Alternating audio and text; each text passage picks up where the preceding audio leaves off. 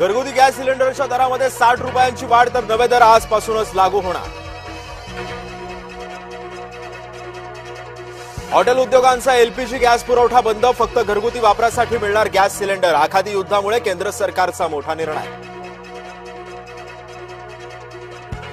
आमदार रोहित पवार आज दिल्लीच्या दौऱ्यावर. राहुल गांधी अरविंद केजरीवालांची घेणार भेट. संसदेमध्ये आवाज उठवण्याची करणार मागणी.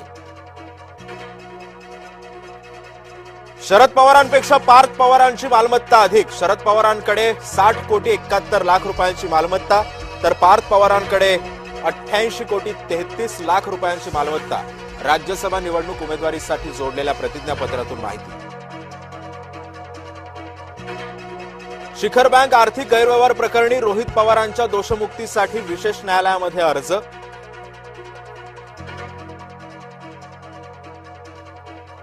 मुंबई पुणे दरम्यान नवा द्रुतगती मार्ग होणार. लवकरच होणार भूमिपूजन, तर जुना महामार्ग सुद्धा होणार 6 पदरी. नागपुरातील 12वी पेपरफुटी प्रकरणी ग्रामीण पोलिसांची एसआयटी करणार स्थापन. पेपरफुटी प्रकरणात उमरेडमधून आणखी 2 जणांना अटक. मनसरमध्ये दर्गा मंदिर वाद पुन्हा एकदा पेटला. पांडवकालीन बारव प्रकरणी तणावपूर्ण वातावरण. मनसरमध्ये पोलीस बंदोबस्त वाढवला.